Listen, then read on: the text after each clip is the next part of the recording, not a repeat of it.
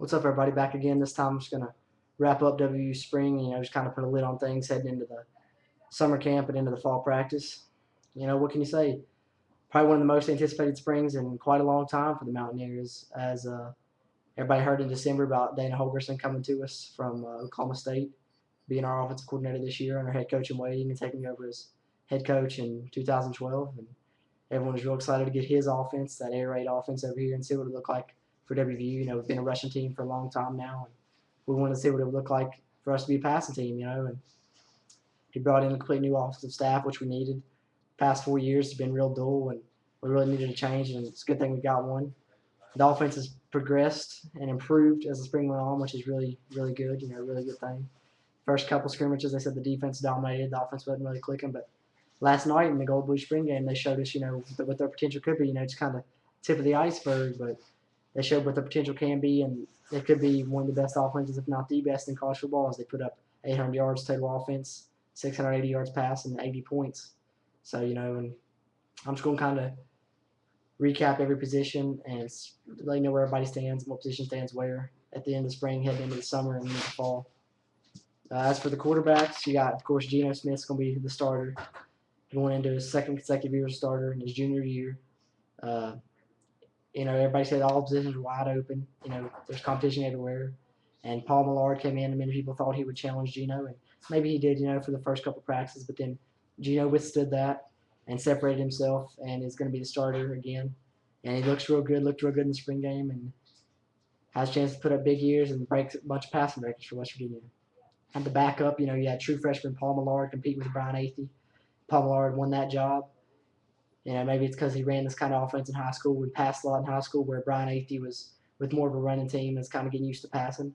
Either way, though, Millard looks real good and is capable of backup. And if Geno goes down, I'm not worried because Millard looked real good. And, in a few years, probably may be the starter down the road. And Brian Athey, of course, wrapping up things as the third-string quarterback. As for the running backs, it started in the spring. We heard Sean Austin was looking good. Then we heard Ryan Clark was looking good. Then we heard Daquan Hargret. And then Trey Johnson. And now in the last few, it was Bernard Robertson. He's the one that looked the most impressive to me in the spring game and is the starter right now at this point. But, of course, you got to factor in the fact that Sean Austin was injured in the last couple practices and didn't play in the spring game. And so, of course, there'll be more competition for that coming in the summer and in the fall, especially when you got Andrew Bowie, who hopefully makes it in if he gets the grades and passes the clearinghouse and gets to Morgantown.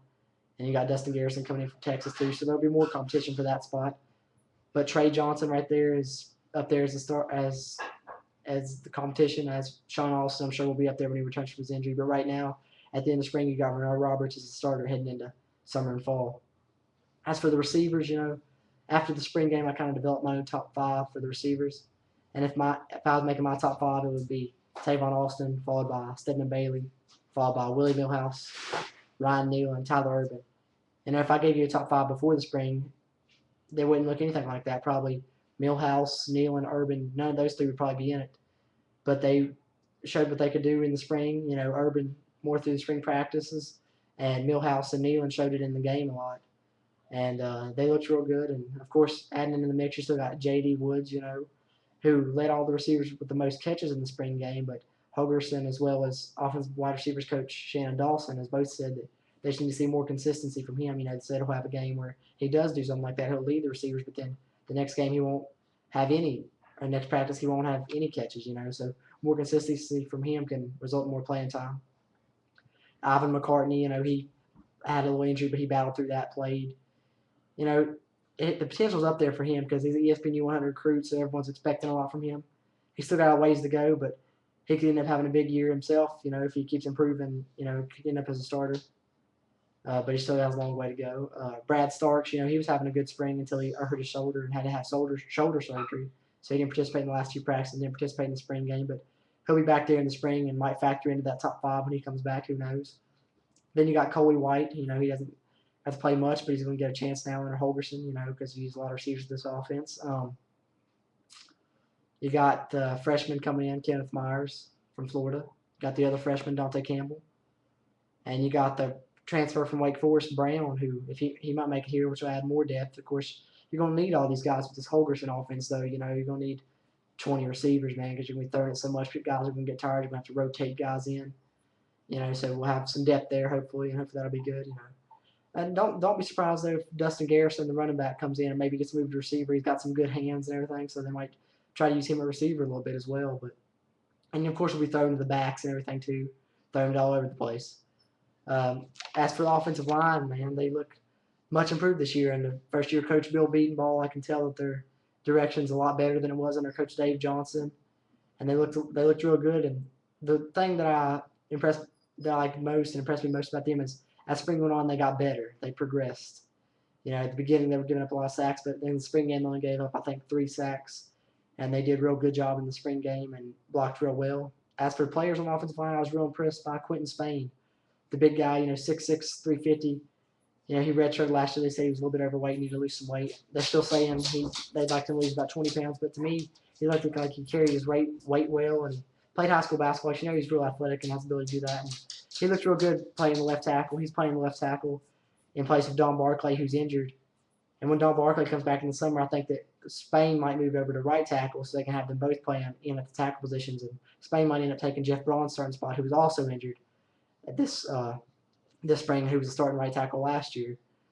And he left a lot to be desired last year, though. So, his spot's, up for grabs.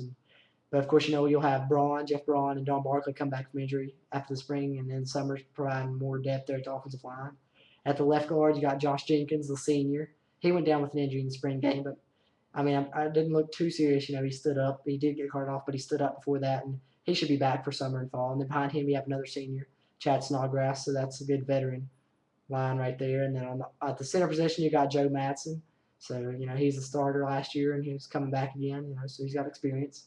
Behind him, you got John Basler, who's a capable backup.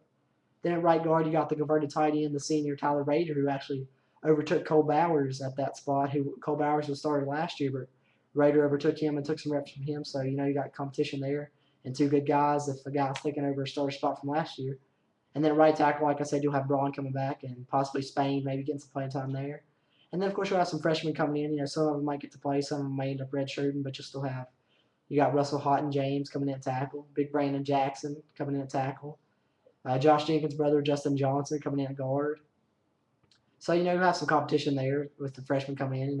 Some more spots. We don't know our official starting line until summer because, we kind of was a makeshift offensive line this spring because the fact that it was plagued by injuries and didn't have a lot of starters from last year. So, we'll find out who the starters are in summer. There'll be a lot of competition. That should be fun to watch, how the offensive line develops and who takes over there. As for the defense, on the defensive line, you got Bruce Irvin, of course, and Julian Miller, who's probably, in my opinion, maybe the best pass rushing duo in the nation. Both of them sack specialists, and they're both going to be there together this year as full-time players. Bruce Irvin was just on occasion last year, he was going to be a full-time player this year, so that's good. And then at nose tackle, you got Josh Taylor. He's probably the number 1 guy right now. And then Jorge Wright, who's provided some competition there, but he was getting arrested, got in trouble a couple of days ago, so we'll see how that shakes up with suspension or if he stays on the team or whatever. But the guy coming in that I really am looking forward to see is Shaq Roel, the junior college transfer. He could factor in and probably might end up being the starter at nose tackle actually over Taylor and Wright. Big guy and some skills, and we'll see what happens there. As for the linebackers, you got Najee Good, who's going to be the senior leader of the linebackers. He's started the past couple years and looked real good in the spring game and everything. And then you got Doug Rigg, who's going to be a sophomore, and he did real good his freshman year.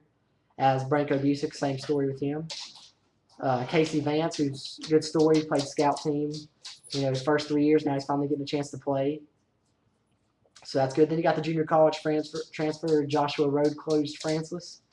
He's a speedy guy, and the pass rush is going to be really good this year because you got Miller and Irvin, and then you got to have Francis coming in from the linebacker. He's a quick one, and I think he'll end up being a starter as a linebacker, junior college transfer.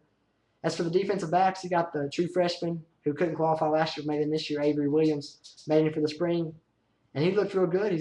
He might end up being the starting corner. He started the spring game opposite, of course, of Keith Tandy, who's the senior leader of this defense. And Keith Tandy, we like to see him pick up where he left off last year. Finished 5th in the nation interceptions, 1st in the Big East. Then also adding the mix at corner, you still got Pat Miller, who started some last year when Brandon Hogan was injured, and then Roger Jenkins, who did the same. And got Ishmael Banks. You got Vance Roberts, Bernard's twin brother, who was actually higher rated than Bernard So, he's got some skills and can factor in at the corner position. Terrell Chestnut, he's a big-time recruit. So hopefully he'll get here in the summer and provide some competition and get up against some playing time at corner. Branton Bowser, the senior, he's got some experience. So he'll provide some depth there as well. As for the safeties, you got Terrence Garvin, who led the team in tackles. He's back again this year. Darwin Cook, who's back again, the junior. He'll provide some depth there as well. Pretty good hitter, big hitter. Ian Smith is back again. He seems like he's been there forever. He's back to play some safety. Mike Dorsey, sophomore's there. He'll give you some depth. And then you got Travis Bell still too. So got some good safeties. And Quadral Fort, he showed me a lot in the spring game. He played pretty good and he's blocked a few kicks this spring and whatnot. So he looks good there. As for the kickers, you still got Tyler Bittenkurt, who's right now the kicker, but the kicking game's left a lot to be desired this spring. They haven't had a good, strong spring. Bittenkurt did make a field goal in the spring game, but he missed another one. Corey Smith, who's going to be the punter, they gave him a little work at kicker. He missed the field goal in the spring game, but just found out today that they got this new guy coming in. Look at his name here. Sam Richardson from Florida coming in. He's going to be coming in the fall and compete for the starting job. And maybe he ends up winning it from him. We need somebody to do something more consistently there at kicker, so maybe the Sam Richardson guy comes in and does it. As for punter, Corey Smith's there, and he's going to be handling the punting, and Michael Molinari is going to be backing him up. As for the returns, of course, we'll have Tavon Austin on kick returns, explosive. I look for him maybe to take a couple back, run one to the house this year. Who knows? And as a punt return, same deal. Tavon Austin's going to be back there. Broderick Jenkins also. And Brad Stark's going to factor in on kick returns as well. So the team just looks real good. I was excited to see the offense, The offense looked real good in the spring game, and hopefully we get to see some more of these position battles going in the fall and see how things shake up. September can't get here soon enough. September 4th, first game against Marshall. 127 days from now. Yeah, I got a little countdown. So spring game looked good. Offense looked good, and hopefully we bring y'all some more videos coming in the fall. Once summer camp starts and fall practice does. Can't wait for this 2011 West Virginia football season, guys. Let's go Mountaineers.